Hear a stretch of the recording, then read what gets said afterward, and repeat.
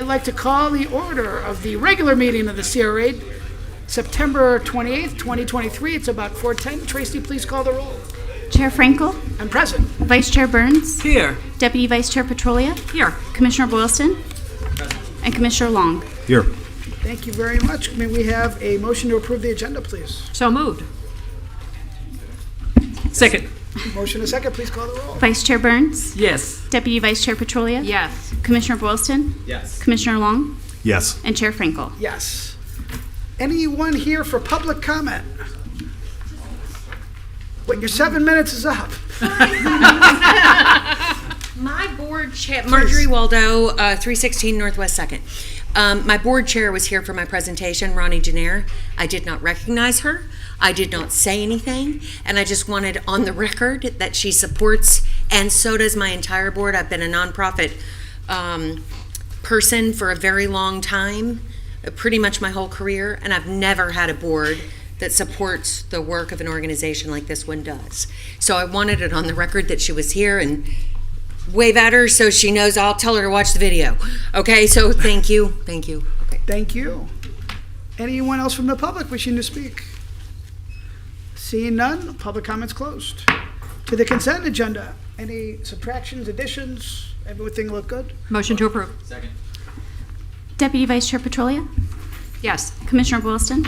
Yes. Commissioner Long. Yes. Chair Frankel. Yes. And Vice Chair Burns. Yes.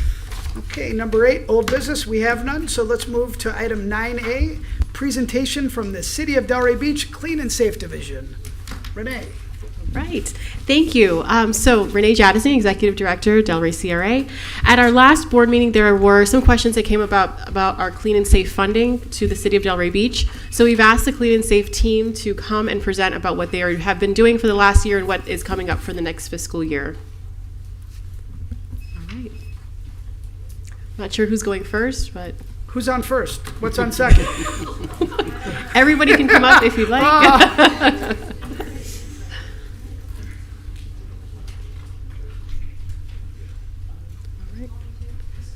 So we are having the safe side start the presentation. Hi there.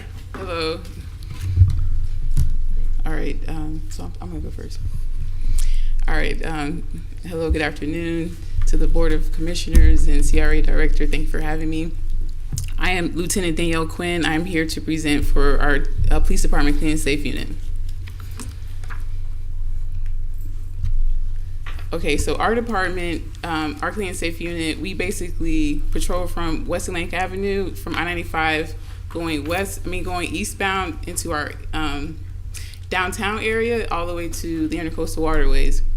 We patrol and we make sure that everyone is safe while they come and enjoy our restaurants, our bars, and everything our city has to offer. We also work well with the CRA, the DDA, and also the security ambassadors and the code enforcement officers. You'll see us walking around. On segways and also in our cars. Next. All right, so this is the CRA map. We start from I-95 all the way to the Intercoastal Waterways. Along West Atlantic Avenue, we go just along the avenue from I-95 to, I'm sorry, let me just take a second. I'm sorry. Okay, we go from I-95 all the way into the Intercoastal. When we get to Swinton, basically we go from 1 block north and 1 block south of the avenue all the way to the Intercoastal Waterways, also including the Marine Way area. We go north on Northeast 2nd Avenue to our Pineapple Grove area, and also on Northeast 4th Ave up to 2nd Street. As far as our Part 1 crimes are concerned, larceny is one of our bigger crimes that occur in our downtown area. So basically, larceny is retail theft, petty theft, bicycle theft, and also pickpocketing. Pickpocketing has been something that's a bit of an issue in the last couple of years. So our officers, along with our detective bureau, have done a great job with conducting surveillance operations in our businesses to help curtail those crimes from occurring, and they have made some arrests, and we're still continuing to follow up with that to make sure they are deterred. So for our calls for service, basically around like upwards of 4,500 calls for service for our downtown clean and safe area. The police calls for service are generally our higher number. That's medical calls, that's general calls for crimes occurring. And also we have like the suspicious incidents, traffic complaints, disturbances, and alarm calls. Next, please. For our officer activity, so this basically shows that our officers, what they're doing from the moment they get to work until they're leaving. So for the year, for last year up until this past July, there's over 23,000 officers documented actions. So basically, our goal is to be visible downtown, and being visible would be the extra patrols. It's over 6,000. The traffic stops over 700, with the citations almost 700. And those traffic stops are not included. They don't include our motors unit. FIRs are also a number where we're making contact with any individual or circumstances that we want to document for further follow-up. When you see the incident reports, over 1,300, and primary, which is them answering calls for service, over 5,000. That's us having to deal with the calls for service, and in those times you might not see us being visible because we're dealing with issues and documenting in the police reports. All right, next. Also, there's different activity that our officers do, such as the CEPTED, which is our crime prevention through environmental design. That allows officers to basically assist the businesses with different issues to help deter crime. So for instance, the IPIC Theater had issues with their garage getting vandalized, and officers went out and met with them and basically gave them input on lighting, on surveillance, on different things to help so that the kids can go onto their roof to commit those types of crimes. There's also the No Cashier program, which basically allows businesses to sign up and put a sticker on their window, and they basically it's showing that they don't have any cash in the business overnight to help deter those crimes. Our unit works very well with our community outreach team in regards to any issues with people who are experiencing homelessness or mental health or substance abuse issues. And again, our motors plays a big role in enforcement in our downtown area. They're there daily in regards to trucks on the avenue, and they assist also during the evening times in regards to traffic violations. We also have some great clean and safe sergeants. Sergeant Guillaume is here, also Sergeant Schmidt, and they do a great job of holding officers accountable to the expectations of our unit. Next, please. We have some hotspot locations. So hotspots come up in regards to, at some point, these areas are known to have issues or we receive complaints on. So the Veterans Park, Old School Square, and Libby Wesley Park. So you see our officers provided over 800 patrols in these areas, and with only 312 calls being there and only 11 arrests. Next, please. Our common issues and concerns, like I said before, are the thefts. Panhandling is another one. Our officers take an aggressive approach in regards to people who are violating our city ordinance when it comes to aggressive panhandling. Of course, we'll have the people that don't meet that standard. Of course, we try to get them to move along, leave the area, but we can't enforce an arrest or anything of that nature unless it's aggressive. The homeless population, we monitor them and address them appropriately. The nuisance activity and noise complaints, we work, again, very well with the code enforcement department in regards to noise and any issues in that nature. They partner with us, I think, almost weekly during the weekend nights to address those concerns. And also our traffic unit, again, They help assist with the traffic violations and the capacity and overflow issues. We monitor that as well nightly with the businesses. Our current staffing is 10 officers, 1 community service officer, and 2 sergeants. We deploy on a 12-hour schedule, so we'll have 5 officers and 1 sergeant on each shift. Our community service officer works both shifts. The manpower is based on our calls for service that we receive. So you'll see majority of the officers will come in for the afternoon to evening shifts. You can go to the next slide. And this kind of small here, but this shows our staffing where, for instance, like I said before, like for Friday night, you'll have officers to come in from 2:30 p.m. to 2:30 a.m. And those same officers on a Monday would come in from 12 noon to midnight. So again, our officer patrols or officer deployment increases as the day goes on. Next slide, please. So as far as the recent growth and expansion, I mean, you can look around, our city is expanding, and as we continue to expand, our city continues to be safe. The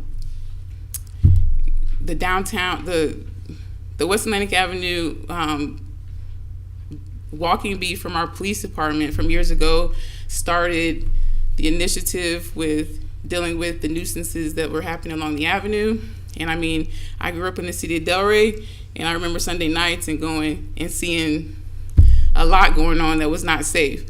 You know, and to get into today's time where we are the example, we have people from different agencies contacting us to basically, you know, get our plan of action on how we do things because we've done so well, been so successful with it. So in saying that, as we continue to grow our deployment with our officers, you know, we'll continue to do what we do, and that's basically community policing, making contacts with the community, collaborating with the businesses, the community organizations, using our resources that we have to basically continue to problem solve whatever issues that we have and continue to keep the citizens safe when they come into our city. And that's all I have. Thank you very much. Great presentation. Thank you. Where are you going? It says questions. Anyone from the board have a question? Please go ahead. So I was looking at on your page with the data. So 23,649 actions. Right, like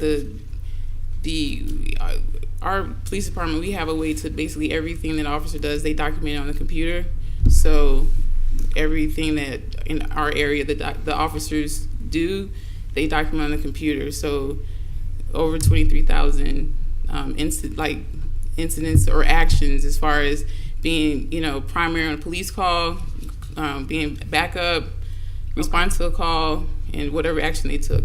Okay, and then on the traffic stops, there was, on this one, from July of 2022 to July of 2023, it went from 15 to 100. Is there a... Where are you talking about? On July 2022, it says citations 15, and then on July 2023, it's 100 traffic stops. It increased by that level. Yeah, that's what I'm asking. A lot of trucks on Atlantic Avenue. So is that what, that's what I was asking. Is that what it is, the trucks? Well, we are definitely down there for the trucks every day.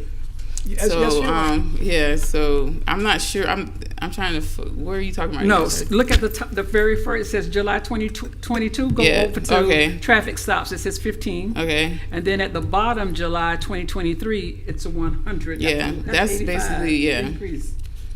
Just the Basically, increase in number of people on Atlantic? No, or- it's also with the trucks on the avenue. Okay. We've gotten complaints about the trucks on the avenue, and we definitely have increased our patrol, our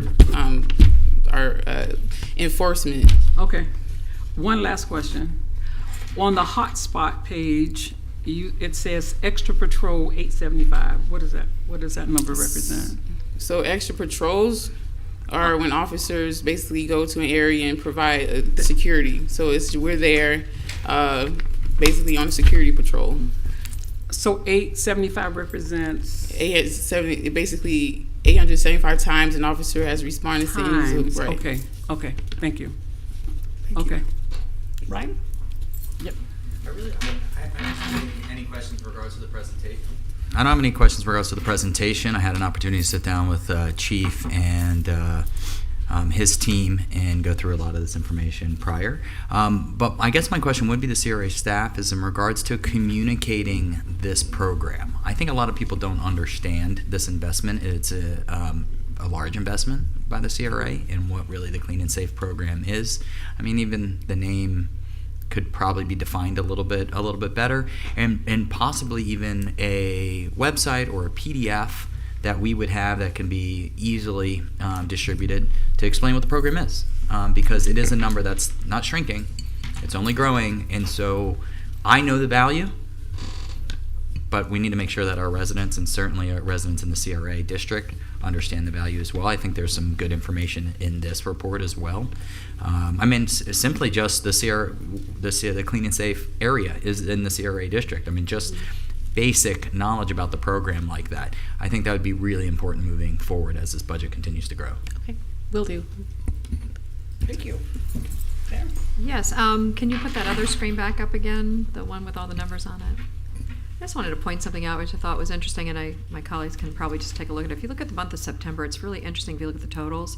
It bounces up in the month of September, and then if you go back, and I know that I would expect it to bounce up in the areas, the times where we have a lot more people here, but that September all the way across the board seems to be a little bit higher, and then it drops again in in October. So it's kind of an interesting kind of blip there. Not sure why, but, and then also if you can go back to the years, it was like 2020, 2021, I think it was one of your first screens. Here. I was curious as to, nope. Can you go to the... Yeah. I was curious as to why our crimes are lower in 2023. When you go back to 2020, I would have expected to be almost nothing because there was so much of the year was without anything going on. And I'm looking at both the calls for service and the crimes are lower this year than they were even in 2020. And I just wanted to understand. Right, so the 2023 numbers are just up to until July 31st. Okay, so it's half the year. So it'll probably be up further then, and that's the Right. difference. That'll probably be the difference between. But it looks like we've definitely come down from 2021 to 2022, and hopefully we can keep it down in 2023, maybe not, but okay, so it's a half a year. Mm-hmm. All right, very good. And then just finally, I just wanted to say, love the fact that you grew up here, Lieutenant, because that's kind of what we're hoping for, to see more those citizens that grew up here, because you understand this better than probably anybody else. Like you said, you've got history of walking down that avenue and remembering when things were happening that shouldn't have been happening, and now you're out there making a difference. So thank you very much for your service. Thank you so much. Thank you. Rob? Just to say thank you for the presentation. Thanks for everything you guys are doing out there. I was actually going to ask about this too. I didn't take into account that the year ain't over yet. But hopefully we're on trend to at least be where we're at in 2022, if not lower. I know you guys are working really hard out there. So Thank you so much. Thank you. Lieutenant, I mean, wait, I don't get a turn? You're going to leave? Oh, No, I was going to tell you what, a great job you did on the presentation. Every time I see you on the avenue, it's always a big smile and, always working hard. The one thing I've taken away from learning more about this, since a couple incidents occurred to me on Atlantic Avenue, is you point out that the Clean and Safe officers are 10 officers, a community service officer, and 2 sergeants. And then the other big number was the one Ms. Burns brought up, over 2,300 or 23,000 actions. How much has the actions gone up versus the patrol individuals downtown?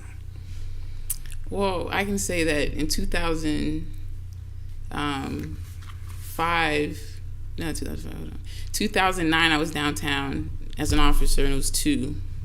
And then in 2015, 17, I was there, and it was definitely the increase in business, the increase in visitors and everything like that, but it was the 10 officers with the 2 sergeants. So I mean, we just been just doing as much as we can with, Right. right. But and I totally agree with that. But it seems that the number of individuals downtown has grown a lot, yet our support for the number of police officers downtown hasn't really caught up with that. Right. Would you kind of agree with that? Yes. So, Renee, is it appropriate to discuss one of the potential solutions we would have for that? Well, there's another presentation from PD, so if we want to. Okay. Well, So- I'm just going by this thing. Oh. So I guess Well, there's another, yeah, so. okay, we'll go down to we the can- other yeah, secret second half. presentation. I think we should save solutions till the Perfect. second part of the presentation, yes. Thank you very much, Lieutenant. Thank you. I didn't realize there was a part two. You jumped Double main event. ahead, yes. Now you got Hi. me. Great. Welcome. I wish I went first. Okay. I'm Ariana. I'm the licensed mental health counselor and the substance abuse counselor in the Delray Beach Police Department. I am the service population advocate manager of the community outreach team. So hello. So in our homeless outreach team, it's supposed to say community outreach team. Okay. Service population advocate manager is myself. I have a full-time MSW social worker who's Yasmin, and I have 2 full-time sworn officers, Officer Warren and Shiner. So we are a full-time unit. We work Monday through Friday. We all started about 7:30, and we worked about 4:35. Usually I'm always floating around the building still at 6, 7, and that's just par for the course. Community outreach officers, their position and the PD is really to assist the advocates in identifying what we do is mental health, substance abuse, and a homeless population in our entire city. That's the 4x4. It's not just downtown, it's everywhere. We address all the issues and complaints regarding all the vagrancy, or they do, enforce the ordinances, the violations, the Florida statutes. They educate people as well on the ordinance and statutes. Perfect example, sober homes still don't sometimes understand the statutes and the new laws. Our officers find out what they are.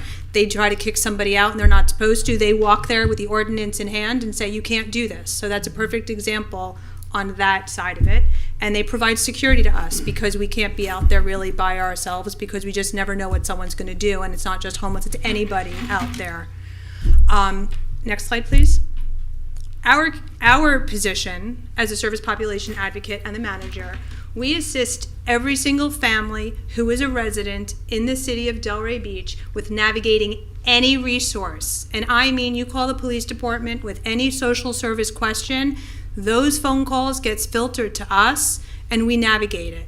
And it's not just substance abuse, mental health, and homelessness, it's everything. We do all the homeless prevention. We still follow up on all the overdoses.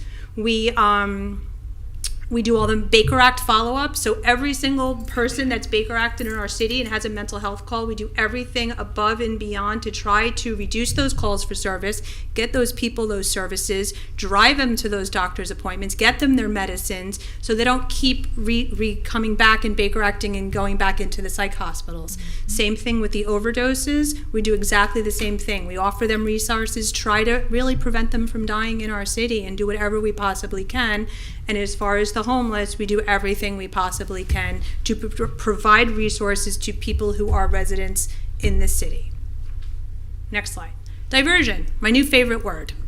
So I've been doing this since I started here, not realizing I was doing this. And then last year I went to a homeless meeting in Orlando, the Florida Council Coalition to End Homelessness, and I went to a diversion class. I didn't know where I was going. I walked in, and they tagged it with a name, diversion. I'm like, oh, I've been doing that. It makes sense. Now I have a new name. This is what we've been doing the whole time.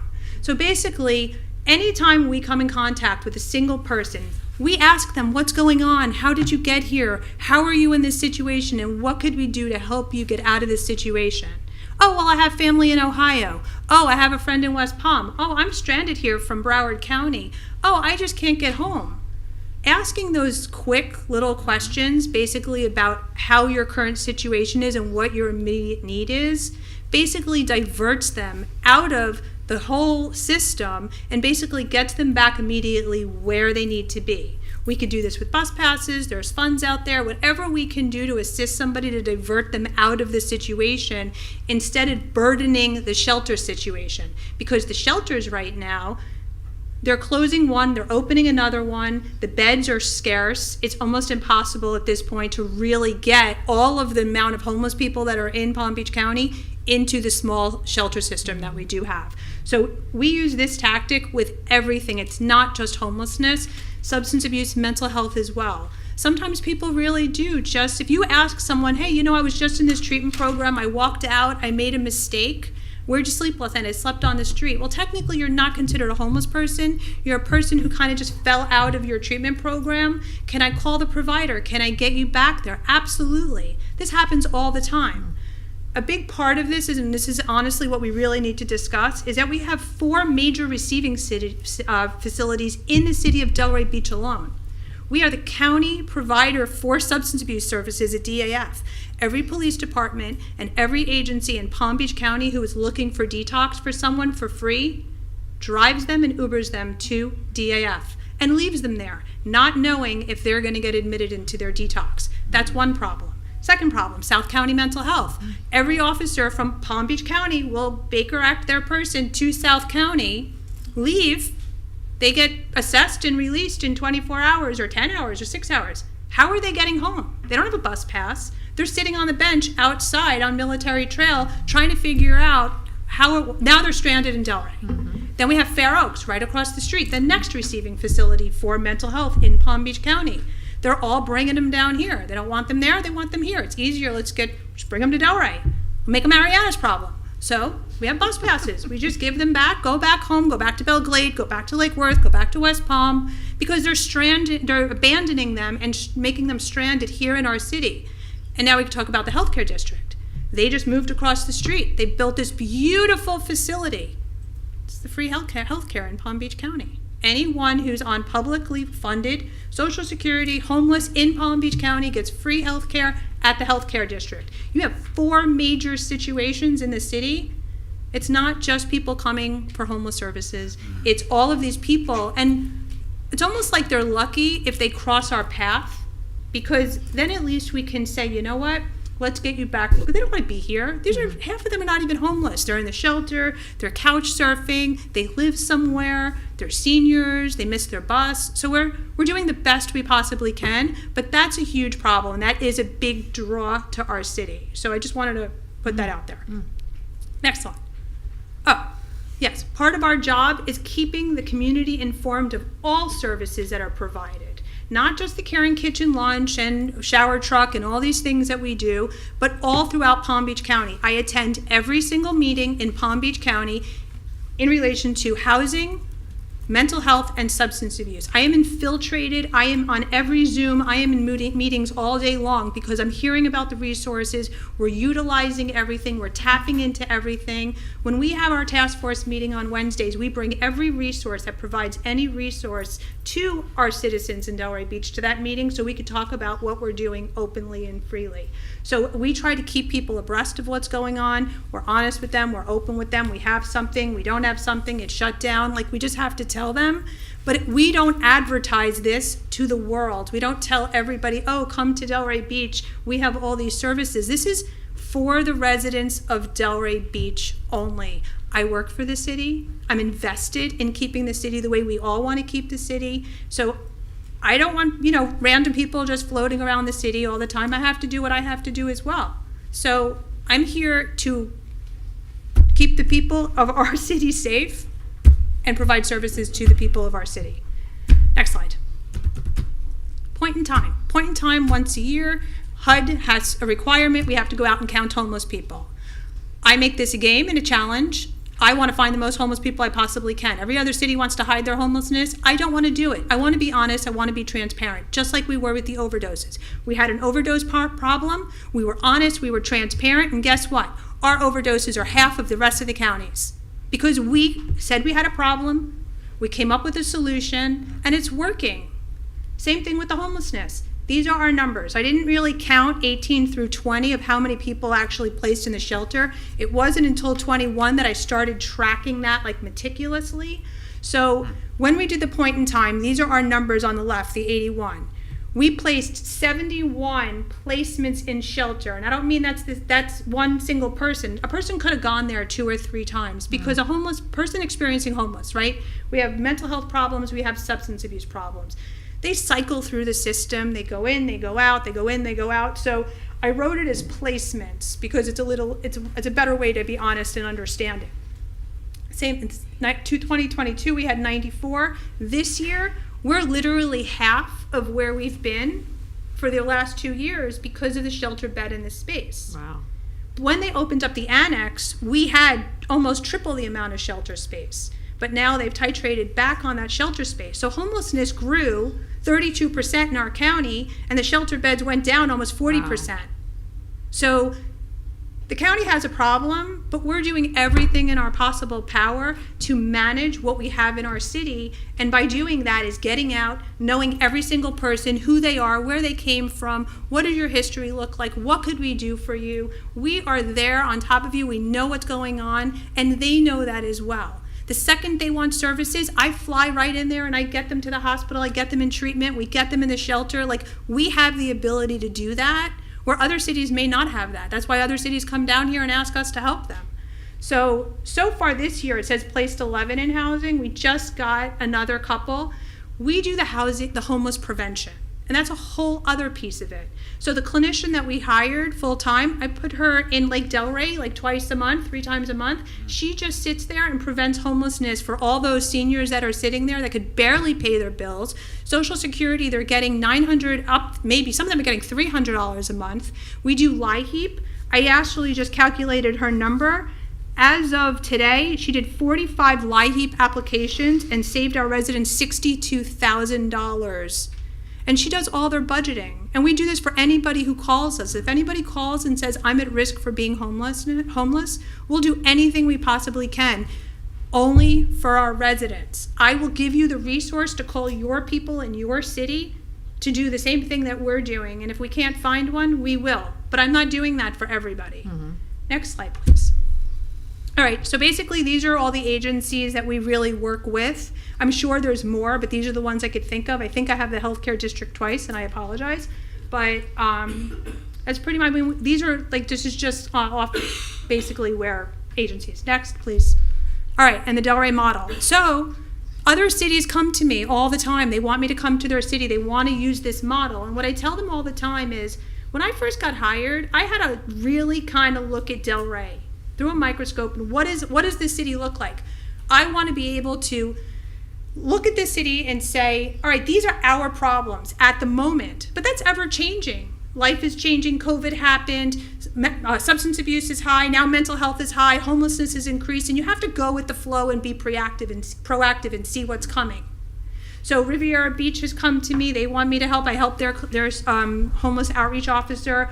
Boynton Beach has come to our homeless task force meeting several times. I told them we have to invest in helping Boynton, because the more we help Boynton get their homeless system together, it's a less of a burden on Delray Beach. So I told the mayor, I will do whatever I can to help you build your system, so then it helps us.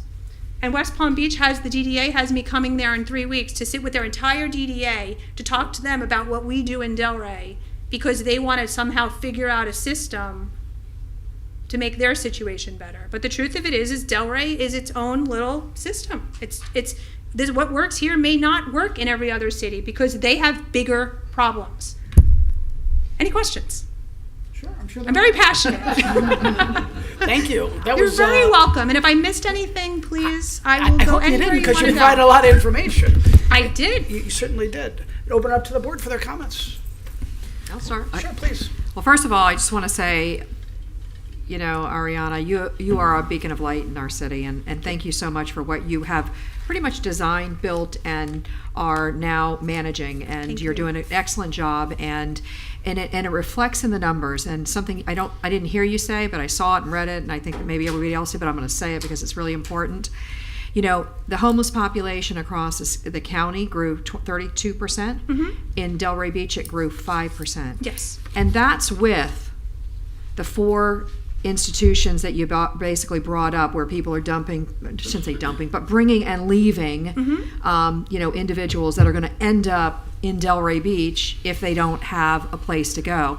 So good for you for the diversion tactics that you've been doing all along, didn't know what the name was, and the voucher system that we have. Because again, if somebody can't get back to where they want to be, they're going to be considered homeless. And I have to tell you, you know, I'm sure that that is complicated by families as well that maybe let Delray deal with it. You understand what I'm saying? Yep. And that's not where that person's going to be best taken care of.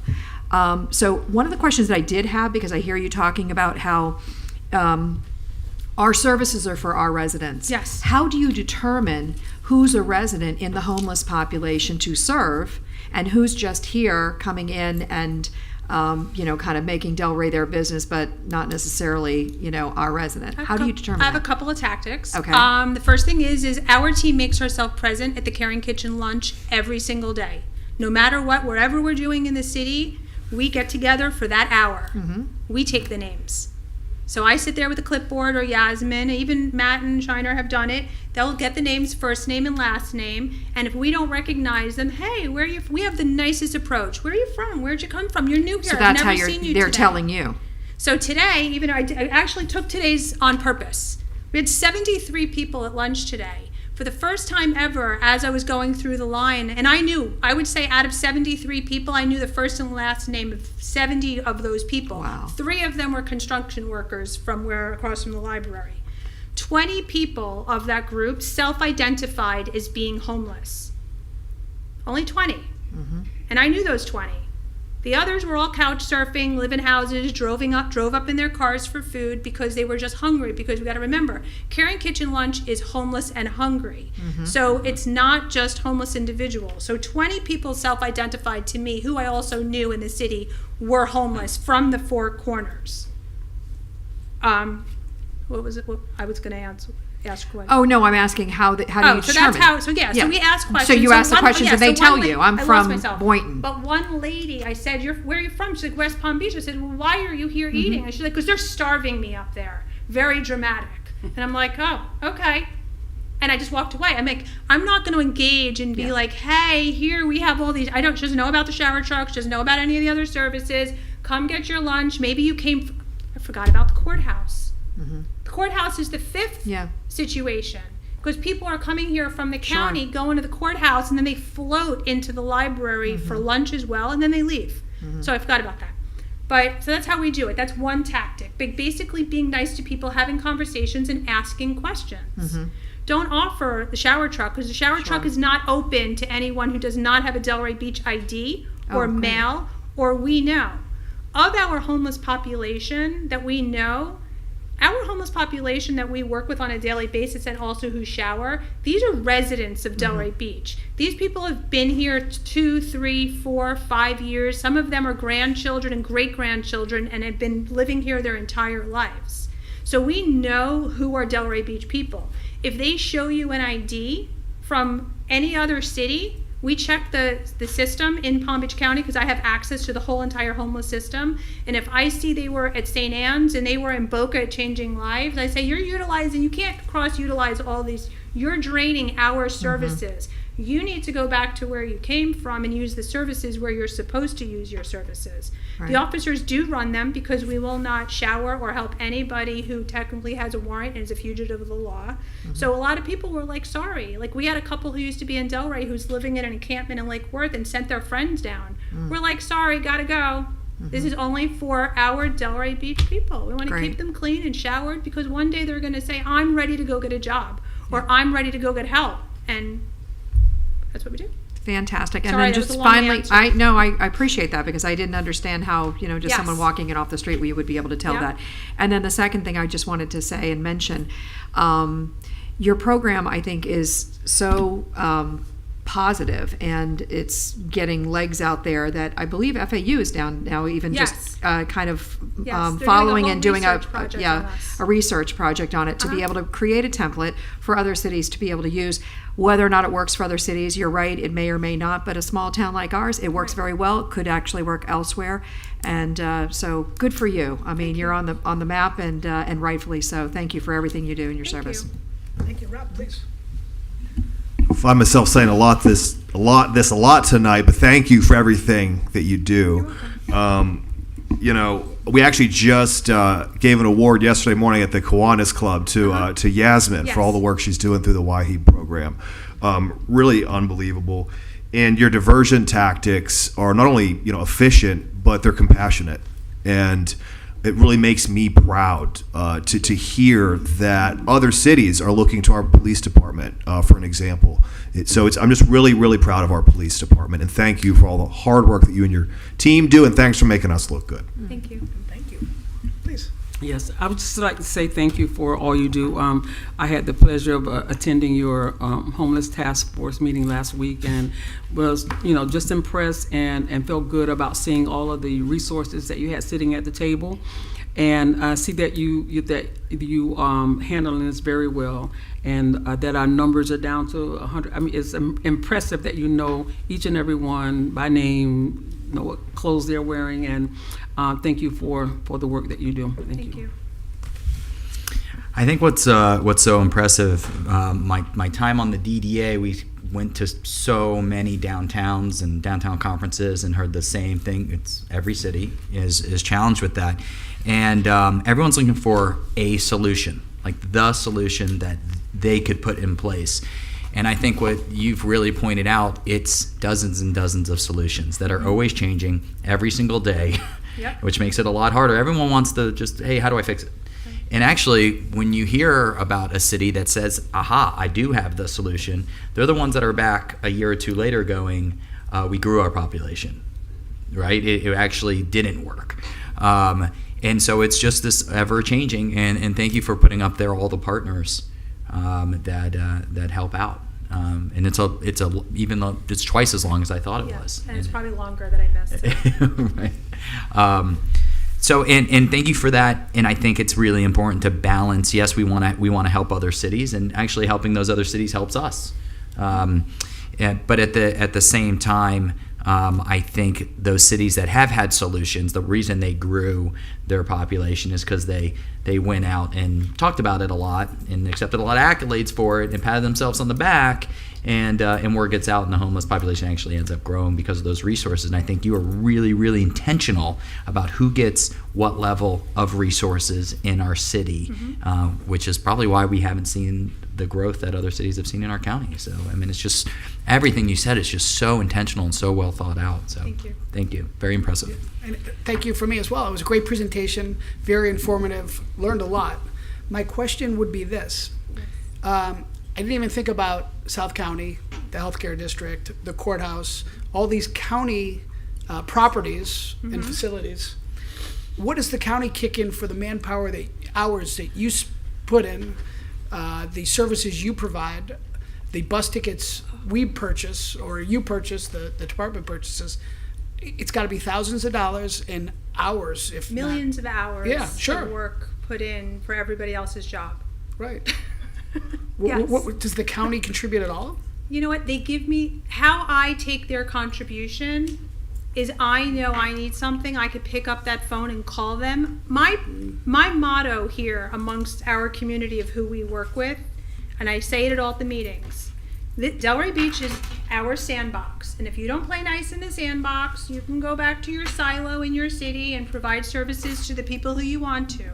So every one of those agencies who has issues in all those other cities, they come here, we all work so nicely together. We are like a cohesive, well-oiled machine.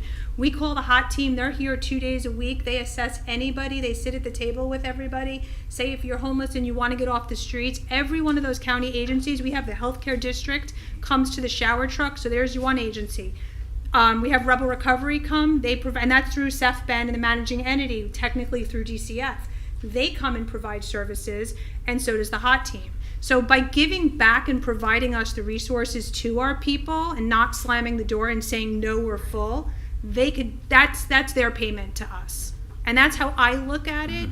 When you're a clinician and you're looking at a client-centered, person-centered approach to helping people, you want those people in your pocket. You want those relationships. And it's all about communication and great relationships with your resources that makes this work. Great explanation. Yeah. So before I do anything else, Renee, Back to the question. Can I just say one more thing? Yes. You hit it the nail on the head.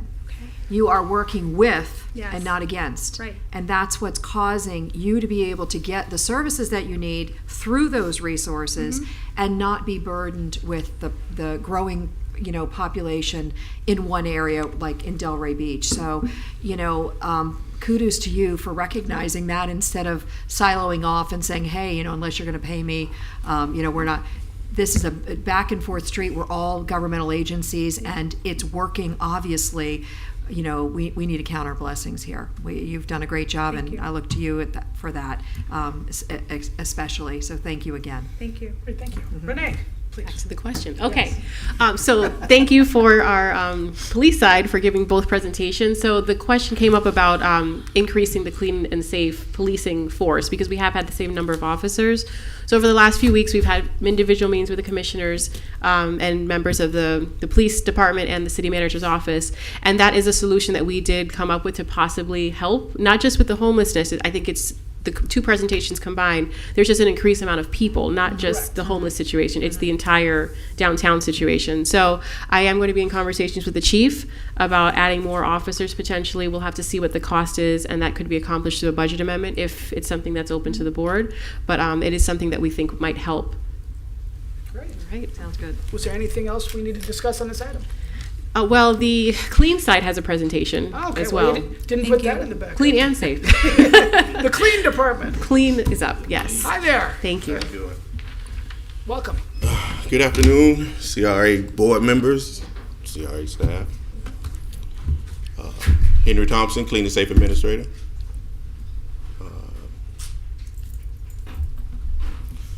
We have the exact same blueprint, footprint as the Clean and Safe PD. Atlantic Avenue from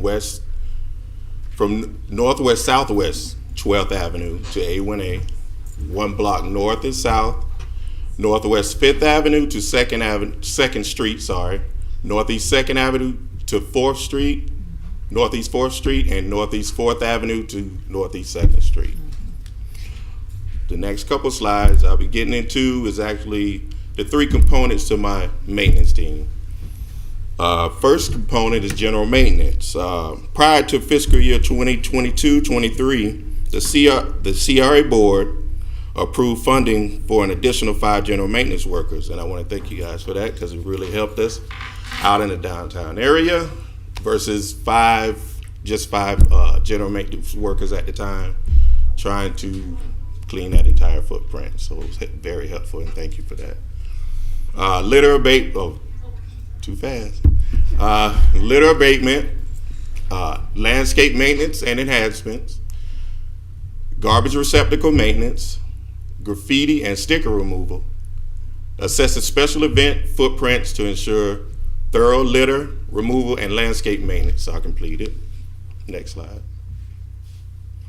Our electrician component, repair city lighting outages within 24 hours, repair and maintain outlets on decorative light poles, repair and maintain city-owned electrical panels, assesses special event footprints to ensure functioning lighting and accessible electrical power, work with private contractors on construction projects to protect and ensure functionality of city property, work with DDA's decorative lighting vendor, report other outages and hazards to our FPL contact and county contacts, etc. Next slide, please. This is our code compliance component, ensuring compliance with the LDRs and ordinances, establish positive working relationships with residents and business owners to bridge government public relations, focus on voluntary compliance, conduct daily foot patrols in the core downtown, conduct business checks, nighttime compliance inspections, work closely with the Clean and Safe PD unit, possesses working knowledge of CRA programs and other resources applicable to remedying code violations. Next slide, please. Here we have continued landscape maintenance projects. This is normally stuff we continue to do routinely. For example, I'm pretty sure you noticed the periwinkles, the vincas, aka periwinkles. right here in this slide. That will be an ongoing maintenance project for us because that's the flowers of choice. It has the colors. Once they grow and they bloom, they get real vibrant downtown and gives it a lot of pop of color. Next slide, please. All right, these we've completed a project in Hans parking lot, and also added some plant material on the Northeast First Street bypass side. These are some of the slides. This is showing some of the enhancements we did in Hans parking lot. What was in there previously was some cocoa plum, and it looked unsightly. And what I had the team do is pull all of that stuff out and put in, some stuff that was able to be maintained, and also put much needed color in that area. Actually, what you're looking here on the left is they're called Eleanor Roosevelt crotons. Some people call them sloppy painters or something like that. And in the right side, you see we did a row of Green Island ficus. And if you see to the left of that photo, those are croton mammies. They're red croton mammies that put a lot of color into that area there. Next slide, please. This is on Silver Ball's north side of the building, that back area of the parking lot. This actually was done before that first section in the first slide. Earlier this year. What we added here was the red jatropha trees to kind of deter parkers when they park their vehicles not to walk into the bed. I had to put something in there so they won't walk. If I just did the ground cover is called peanut cover. If I would have just did that, it would have been walking all over that stuff. But if you ever get a chance to go, haven't been there lately, it's starting to grow and flourish a little bit, and it's looking nice in there. Put some color in there. Much needed color that was needed there. Next slide, please. Here you're looking at Northeast First Bypass. I'm pretty sure you guys have seen a couple, maybe 3 beds that were there that was bare for a while. And we were having irrigation issues there. So what I thought of was putting a plant species there that could sustain after a while on its own and be a little bit more drought resistant, if you think, just to put some color in that area, much needed color. But these are bougainvilleas. I think we have the lavender in here, the light pink, and the dark pink. Next slide. The Clean and Safe Division, in collaboration with assistance of the Public Works Department, Street Maintenance Division, have installed 36 new trash receptacles along East Atlantic Avenue, from Swinton Avenue to Ocean Boulevard. We are engaged in acquiring 49 new trash receptacles to complete the whole phase out on the East Atlantic core part of the district. Right here, this is Worthing Park, and I just put these 3 slides in just to see, give you an idea. The assistance Public Works gave us. This is the unwrapping when we first got the receptacles. And the bottom photo is just showing how it ties into the existing furniture that we have in the Worthing Park area.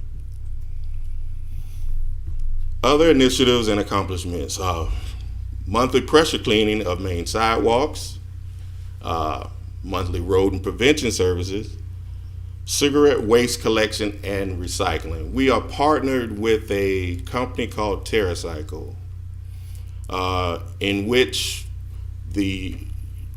you're familiar with the cigarette butlers we have tied to the decorative light poles in the downtown. So that waste, once we collect that waste, we ship that off to TerraCycle, and they create different products with that cigarette butt waste. I don't know exactly what they make, but they're making something. But year to date, I think we may have provided them with about 74.3 pounds of that stuff. And just to put it in a larger perspective, each pound is like 100 cigarette butts. So do the numbers. I'm not good at math. So sidewalk cafe compliance, zoning enforcement, bench powder coating. You know, normally when we see I would call it a bench in distress, you know, chip paint or anything, we quickly assess it by unbuckling it and shipping it off to get painted again with a powder coat base paint, hunter green. Right-of-way cleanups, homeless camp abatement, participation in community education outreach events, participation in DEA and CRA events. Ms. Laura Simon. Here, I'm just a picture to give you an idea. We actually on the west side of Swinton, there's several greenways, vacant lots, majority owned by CRA, that we do routine maintenance there, picking up litter abatement, trash, garbage, whatever we see, dead vegetation. We actually mow the properties too. And for the gateway section, we bridge a gap there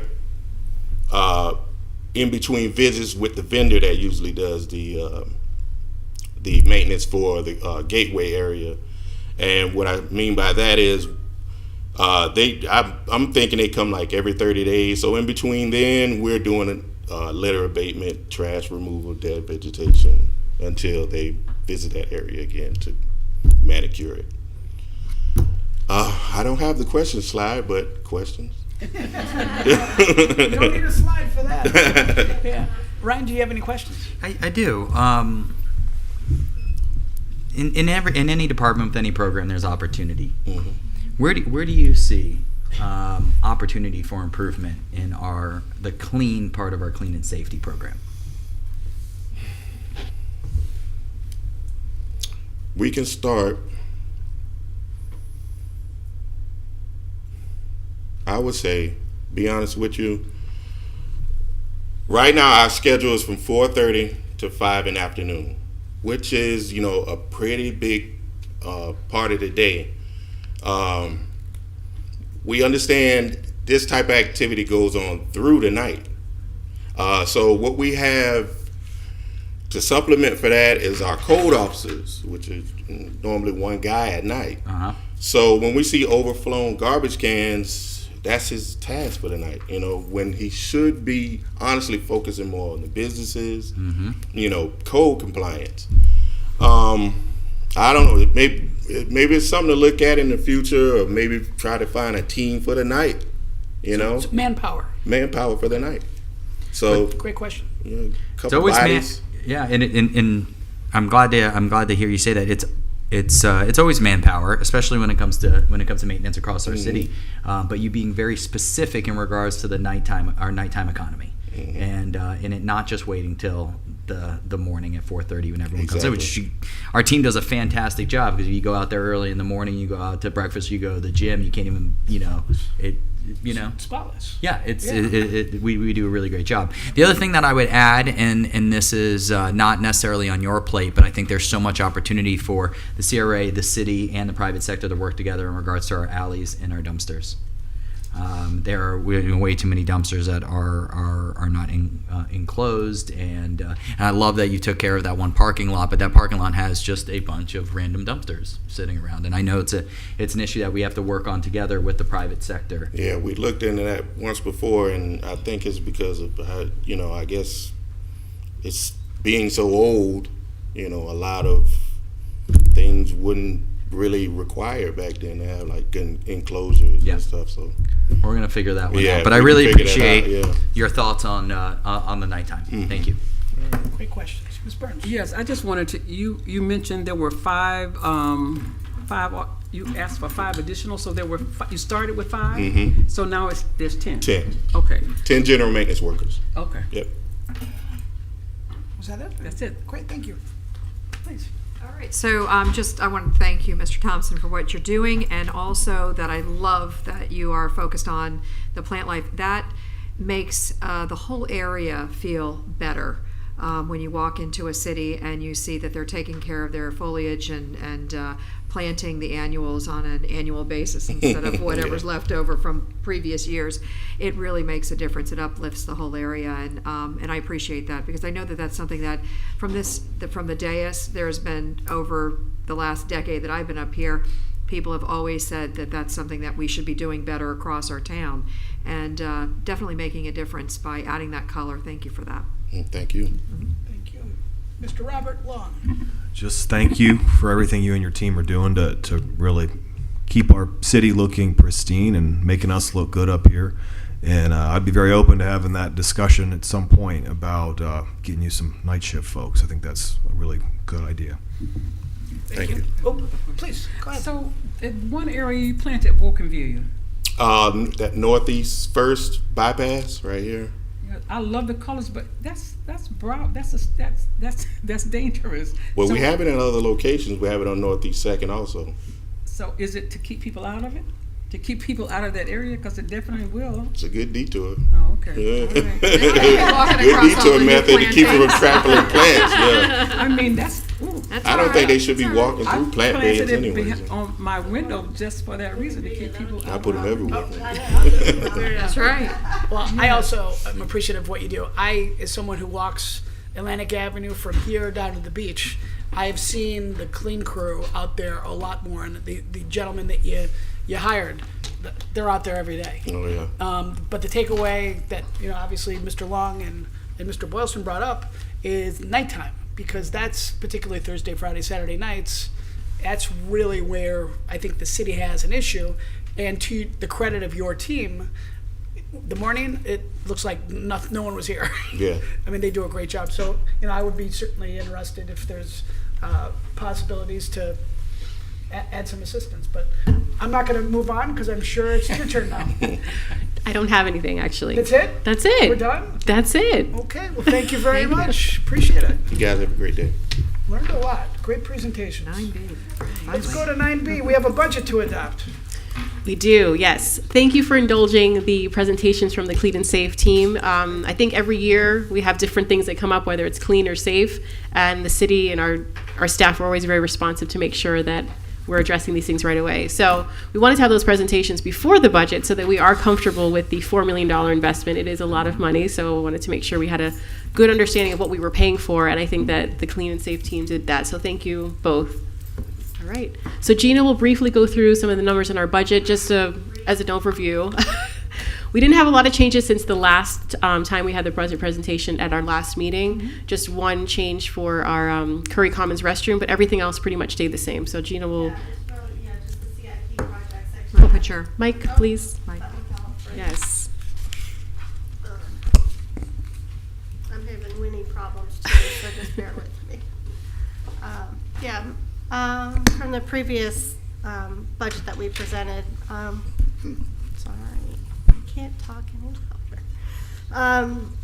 From the previous budget that we had presented, that pretty much changed just for adjustments with our CIP projects with this from the city requests. So we did do a slide here for presentation purposes of where within our by sub area where the budget amounts come out for our expenses. So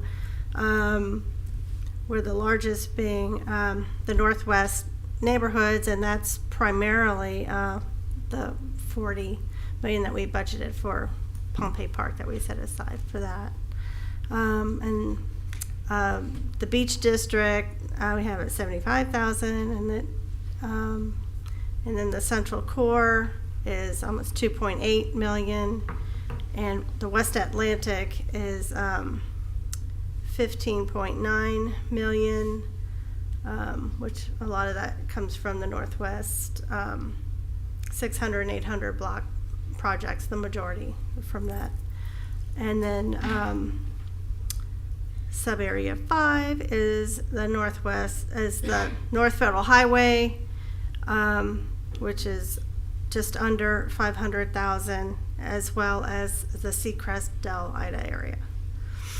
And Osceola Park is $928,000, and a lot of that is from the Curry Commons restroom project. And we had the Southwest neighborhoods at almost 6.2 million, for a total of 74,859,330. So I don't know if you have any questions on that, but All right. anything? Thank you, Gina. Sure. So our focus areas continue to be continuing our existing projects and programs, affordable and workforce housing, infrastructure, and assessing development opportunities on West Atlantic Avenues, which, as you can see, a majority of our budget, almost all of it, is going into the West Atlantic, the set neighborhood. So we are investing quite a bit into the area. Here's just a list of some of our priorities. These are listed in our work plan, which is backed up to the agenda item, but we just kind of listed them out here in bullet point form that you can go through. I won't read them all, but we're really continuing on with what we've started over the last few years. There's not a lot that's new on here. It's just continuing what we've started in the past. And that's all I have. Great. Open to the board for any questions. I have a comment that I wanted to make. You know, we're talking about what we can do, or well, first of all, everybody knows we've got a housing crisis going on, and I don't think it's going to go away anytime soon. I just happened to get an opportunity to tour the new Island Cove apartments over off of 10th that the Housing Authority just built, and talk about a great project, start to finish. I mean, they're offering, and these are rentals, which is great because there are no rentals that people can find. I think someone just said can't find a rental in the area for a 2-bedroom, that's affordable. So they're going to be opening up their rentals, and they've got clubhouse, they've got a pool, they've got a tot lot, they've got places to park. It's really actually a fantastic project that's just finishing up, and it does not look like affordable housing, for sure. It looks beautiful. So, I just wanted to put it out to, and I know this is probably, I don't know, maybe this end, maybe when we go over to the wear our hats for the commission. I just wanted to kind of put it out to everybody to start thinking about it. I mean, is there an opportunity that we can take along Atlantic Avenue, even if it's set back, and join in partnership to do another one of these projects, maybe for seniors? That's the biggest growing population of people who are really in trouble. And, I'm thinking to myself, why not be able to do something in partnership instead of the housing that we typically partner with? Maybe what we do is we partner with our partners and put some real affordable housing out there for our senior population. It hasn't been done anywhere else, and I think it would be a really big thing. And think about it, if we're building that West Atlantic area up, and to include even a grocery store, what better way for a senior population to be able to get to a grocery store, not to rely on the palm tran? You can walk, or scooter, if they've got a scooter. So I'm just thinking out loud that as a city that has some land, because that's the one thing that Shirley Enzo was telling me, get us the land, we'll do this again. Get us the land, we'll do this again. Nobody's got the land. Well, you know what? The CRA has some land. I know that we weren't able to get it from the school district, but the CRA has some land. So maybe there's a way to incorporate some of this, or at least combine it with some, nicer, when I say nicer, they're all nice, but market rate housing alongside of this, just partnering up. I'm not saying that we need to do anything here. Put it in the back of your mind and maybe let it work out, because it might be the next best thing that this little town does that shows other cities how we handle a crisis that's going on. Just out there. I mean, it really was a great model. And we do have, absolutely. Land is usually the missing piece. We do have funds that you always, Renee, that you and the team always keep in the acquisition, but we know that we're not really aggressive with the acquisition dollars, but we keep a little in there in case something comes up for us to take. I think for that project we gave $1 million. Yes, it was $1 million for their. Which was matched, I think, at the state level. Well, they got tax credits. They got tax credits. Correct. Tax so they needed a local part of the contribution. program. So I would That's just smart. That's just smart development, smart partnerships. So I 100% be in favor of any type of I want to say partnerships it's like that. 60 maybe units over there that they're 60. putting. Yeah. 60 Yeah. units. I went over the other day. 2 and 3 bedrooms, truly affordable. So people are actually going. That's more geared towards families, Right. because it's 2 and 3 bedrooms. But think about what we could do for 1-bedroom or efficiencies for our senior population. They don't have necessarily families that are living with them. They're single or maybe 2. And think about the numbers that we could actually put in and create a space for them as well. I just think it's a great opportunity. Agreed. And listen, Shirley's already been through it. Shirley Enzo of the Housing Authority has already been through it. She knows how to do it. She knows how to make it happen. And just putting it out there to kind of think about. Okay. Thank you. Any other questions, comments about the budget? Nope. I'll just piggyback on what the mayor said, because that is definitely the conversation in the Northwest, Southwest, is building some affordable homes for seniors. That is a very heavy topic in our community, so agree. I hope you guys do it. Okay, if I can have a motion. Oh, well, I wanted to add on to what you were saying. So Shirley, that was going to be in my comments, but Shirley actually is starting to reach out to all of our board members to start doing tours of the newly completed units. Amazing, by the way. And they're fantastic. So for those who haven't, there is a tour forthcoming, but there was discussions about potential for future, because they can apply for that, the 4% tax credits. They tried to get the 9 for this project, but they weren't successful, but they were able to get the 4. And our funding helped to see what you'll see there is enhanced finishes, backsplashes. They have real baseboards, which you don't always see in a real, but more, enhanced Decorative, baseboards yep. than you would see in a typical affordable housing project. So I think it's an example of what you can do when the CRA comes to the table, and the city as well, because the city signed off on the local participation to show city support. That was a requirement, and then we provided the funding. So it was really all 3 of us that came together. So that is absolutely an option if we want to look at our land.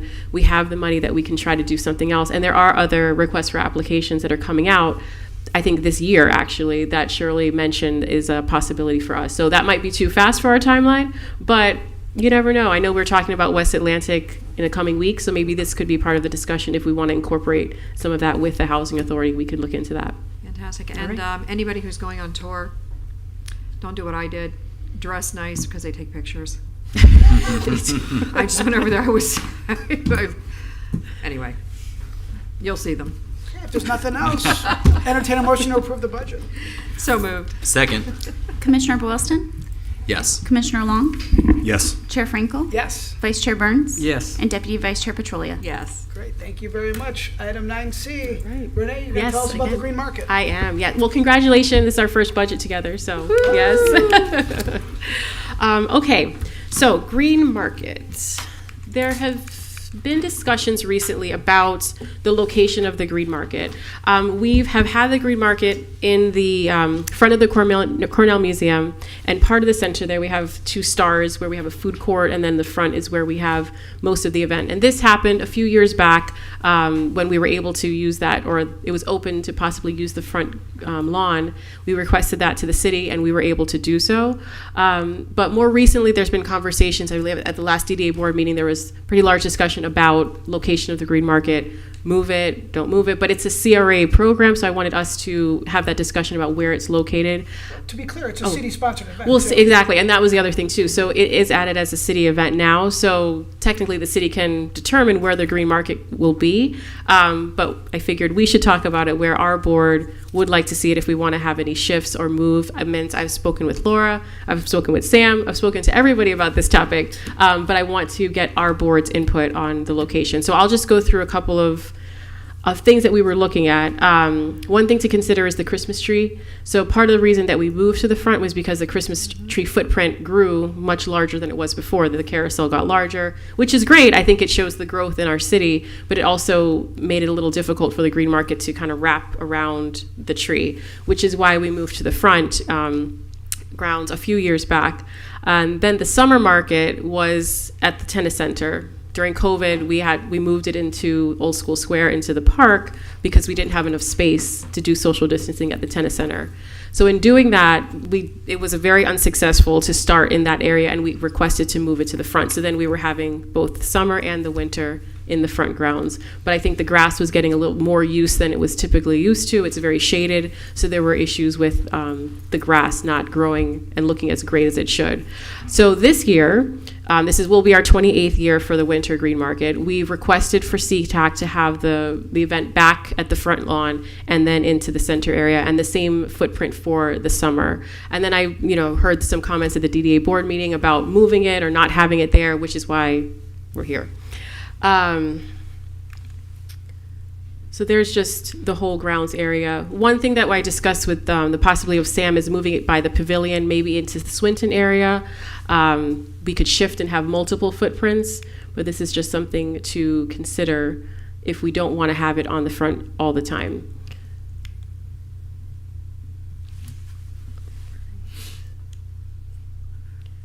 And I spoke with Sam this morning, and he mentioned because of the Christmas tree setup that potentially we have the market stay on the front grounds or the front of the Cornell until maybe January after the Christmas festivities, and then move it into the center, and then to give the grass a chance to have a break and change the grass as we shift the market.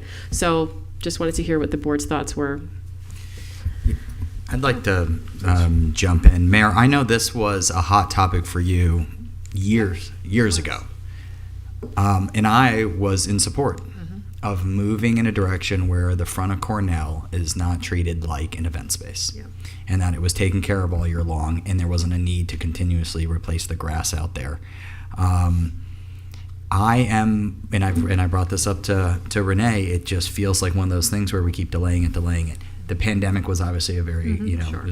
it's unique. It was a unique situation. I don't want to kick it another year, especially when I hear that our partner, the DDA, is not in favor of it. Keeping it in the front? They are not. Yeah, okay. Correct. Yeah. Okay, Correct. yeah. And so I want to be supportive of I want the CRA to be supportive of what I think the city has set, although it was years ago, and like I said, the pandemic kind of. But we kind of set that in motion like that is an expectation. And now the DDA is saying, hey, it's kind of an expectation. And I think the CRA should be aligned and should be respectful of that and be looking for a new place to put the green market. That's not to say that in the future, if we were to make an investment in the grounds there where it was more appropriate and wasn't killing the grass and there was more hardscape and that made more sense. But right now, that's not the case. Yeah. And I don't think you take the front of what is that's like our lawn that in a downtown, sometimes it's in front of a Capitol building, sometimes it's in front of a historic building, sometimes it's in front of a museum. That's us. Mm-hmm. That's ours. So I would like to see this done sooner than later.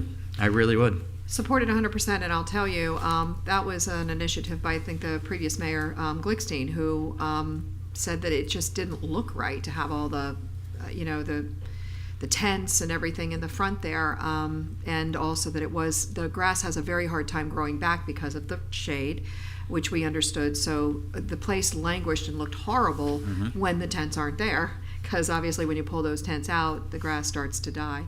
I thought it's an interesting thing. I would defer to and I think that I like the green market on Old School Square grounds because everybody kind of knows that that's the gathering spot.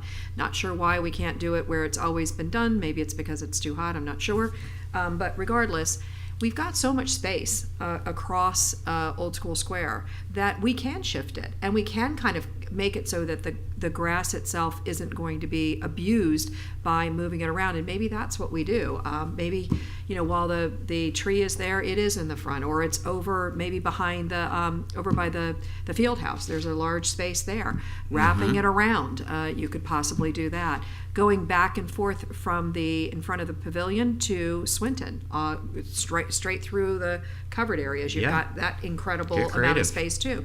So it seems to me that I would defer to the DDA. They're in charge of the grounds here, and just have a program or a plan as to where it's going to be and when.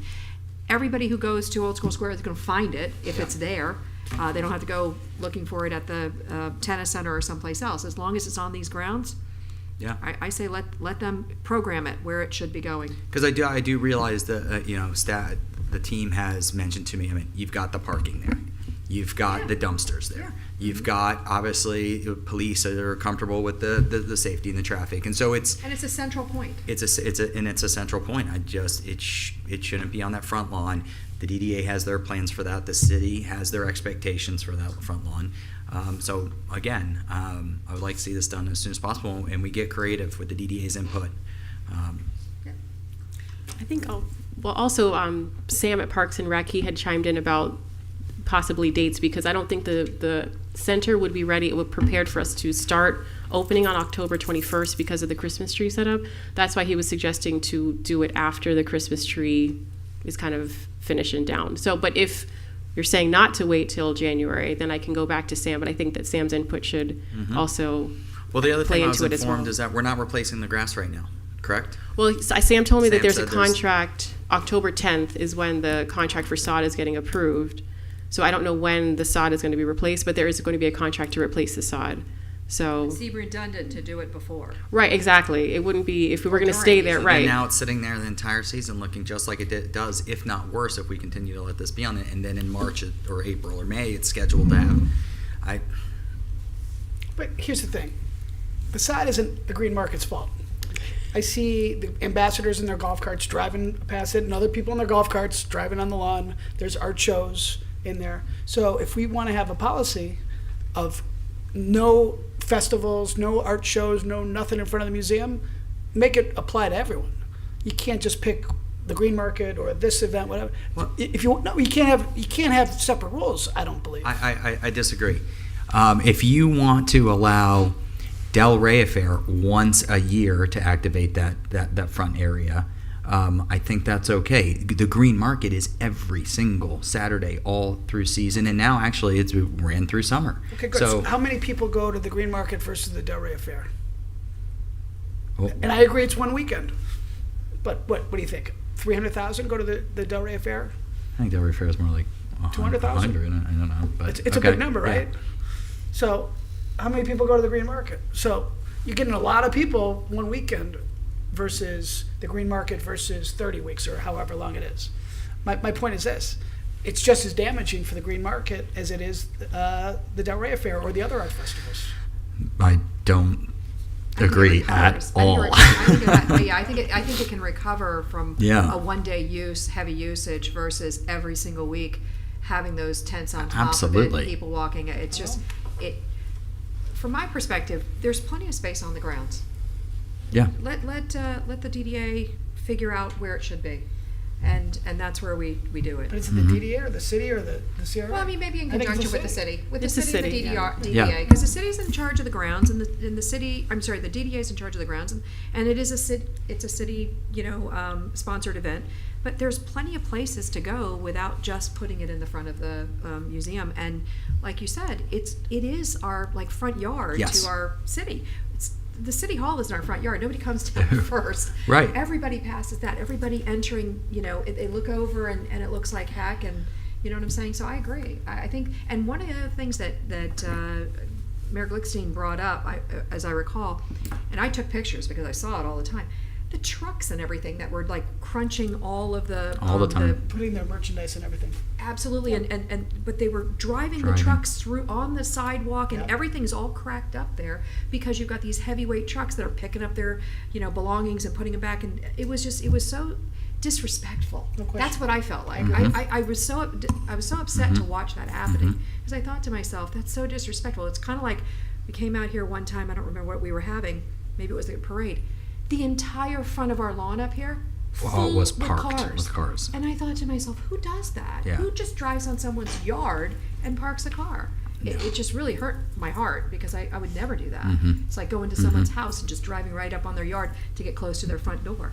Who would do that? So it just hurt me, and I felt like the same thing with this. So I'm okay with keeping it somewhere here, but I think it's got to have some breathing space, and I think that front lawn should actually be kept for the front lawn, with the exceptions of an occasional time that when the whole street's closed down and you're doing something all across, then I understand it, but otherwise.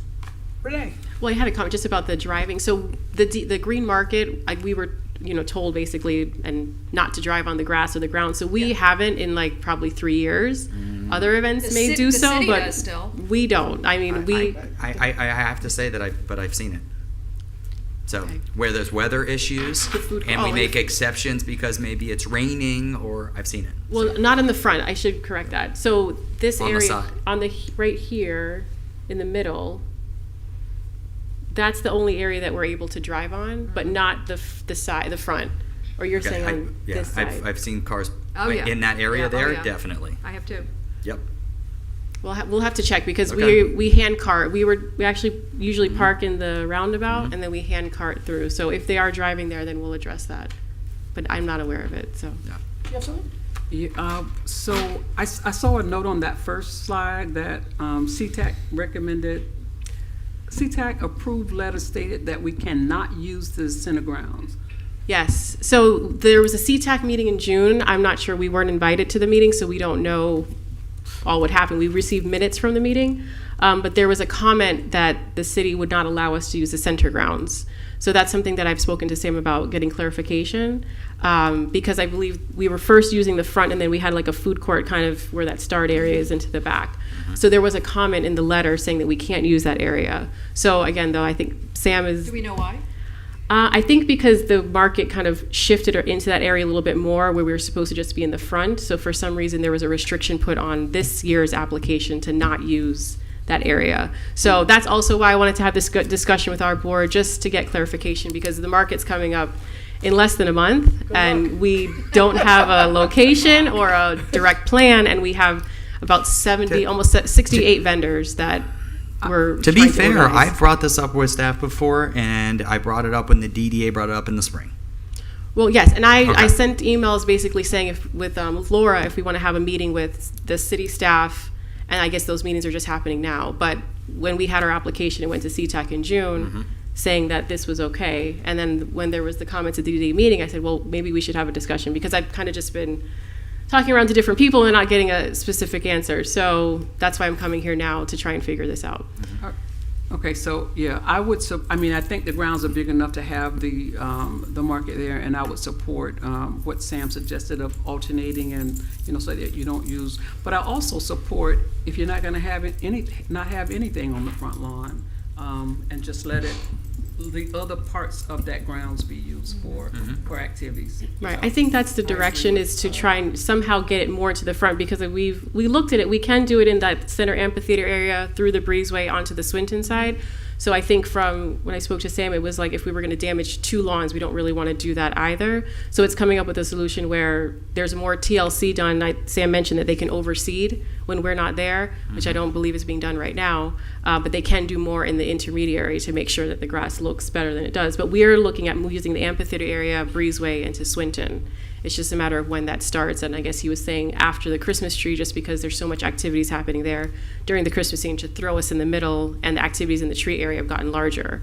So I can go back to him, speaking with him again. If we want to move it sooner than January, then I can speak with him Well, about I think that that. it's going to be a problem every year, so I Right. think that go ahead and establish what we're going to be doing from this point forward. So that would mean that let's move forward with what we really want to see, Yeah. not like delay it till next year, because you're going to still have the same problem next year. Right, it'll be every year. Yes. Anything else? Well, yep, we didn't talk about summer. So next. So like, as I mentioned, we had our CTAC application stating the summer market would be at in the front of the museum as well. So my question is, it's the 9th year. Do we want to, I guess, not have the summer going forward because of the issues having it at the Old School Square campus? It doesn't do great when it's in the center grounds and it's hot. There's nobody that's coming through there and they can't see it. That's part of the reason we'd requested during that COVID time to move it to the front. So that's one of the questions, is do we want to continue with the summer market? It was originally to activate the West Atlantic area and where we had it, the tennis center. But during COVID, we shifted it back to Old School Square because there wasn't space. So I think the activation of West Atlantic, the summer market wasn't accomplishing what it was intending to do. So that's a question, if we want to keep having that activation and potentially looking somewhere else. We recently started researching having it by the Arts Warehouse, maybe at the front on 3rd, maybe going down the alley. I know that there is not a big enough street clearance for fire there. We need a 14-foot clearance and we only have 10. So it's something we could look at, but I wanted to hear our feedback on what we're feeling about the summer market. If it's something we want to keep continuing to do, at a different location or just not do it altogether? So I definitely think we should continue doing the summer market. I think we saw it was really successful, especially this past year. And I think this is a great idea. Like you pointed out to me in our meeting, there's the dumpsters. We have the restrooms. You know, Arts Warehouse would be open, so you can get, you know, out of the heat and into the AC, and maybe even incorporating what's happening in there as well. So I think this would be great and would activate an area where we have a lot of new things going on. So I would have to tell you, I kind of disagree with that, because I'm looking at this and I'm going, well, where's the coverage? How is this going to be cooler than having it in the center of, by the garage on Old School Square's campus? Instead, why not consider maybe out in front of the right here, right in at City Hall? There's a tremendous amount of trees that's right the down first place I really like. Right, we but- suggested that too. tremendous amount of trees right down the middle. It's only on a Saturday and not on the grass, but on Yeah. just kind of quarantine off this block and do it here. See if it works. But can. I mean, listen, I love the idea of having it close to the Arts Warehouse so that we can include that and have people walking in, because it's so off the beaten path and it would really open up the doors. But the problem is, I'm looking at this and I'm saying there's no trees there. Yeah. We also looked at Third going towards where the apartments are, but I know there's residences there, so I'm not sure how they would feel about that. Would be So tough for them. right. See, this is closed up on Saturday. Nobody's really here. But I think exploring this,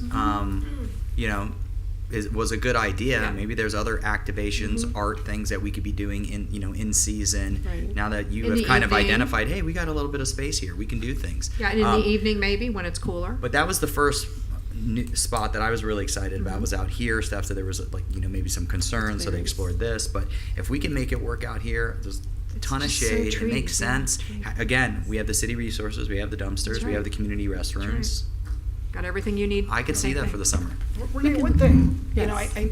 the heat was a major issue for me. I remember in the summer going to the burger place and waiting for the burger, just under the trees it was too hot.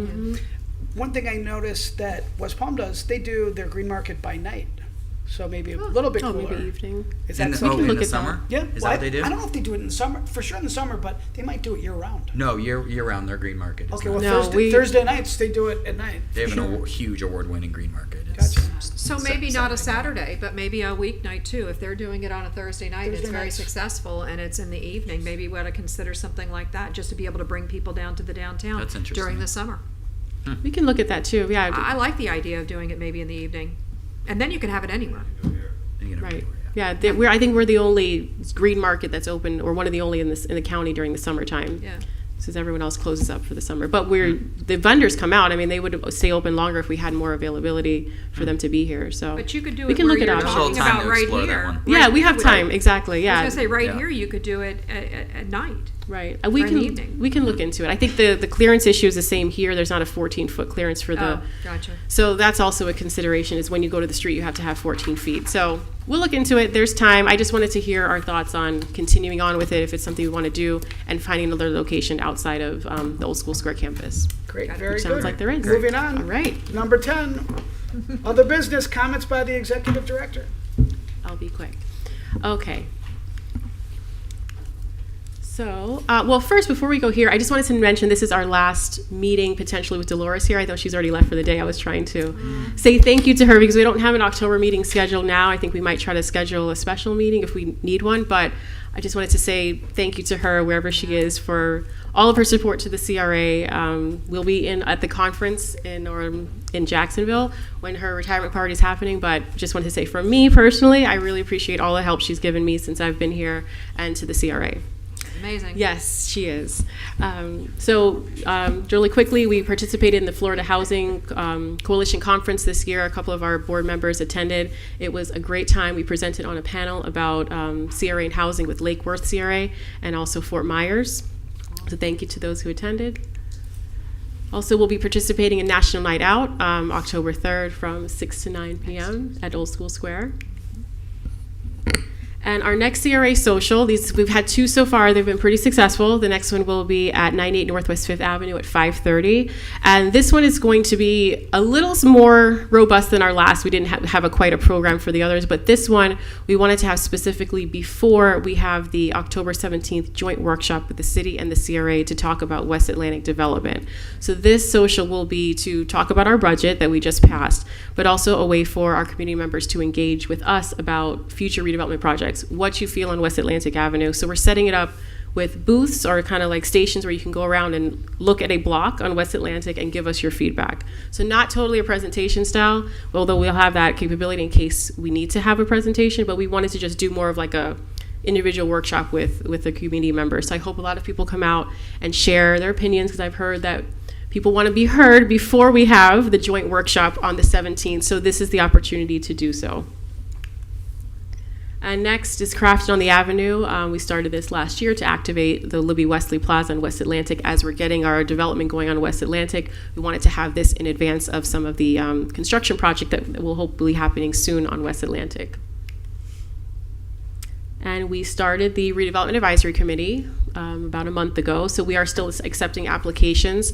We are having an informational meeting on October 19th at the CRA office from 5:30 to 6:30. So for anyone who is interested in finding more information about the Redevelopment Advisory Committee, of course you can call our office, stop by our office, email us, but we will have this informational meeting in case anyone would like to come and chat with us in the evening.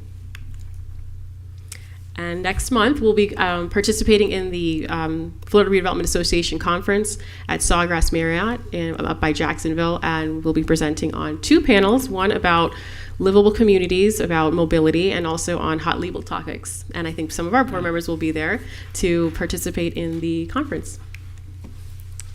That's all I have. Thank you. Thank you. I like that glamour shot. Yeah. I was at the Arts Warehouse. Very, very good. You're dating yourself. Yeah, ain't that the truth? So Naz, do you have any comments tonight? No. Okay, well, thanks for joining us. To the board, any board comments? Nope.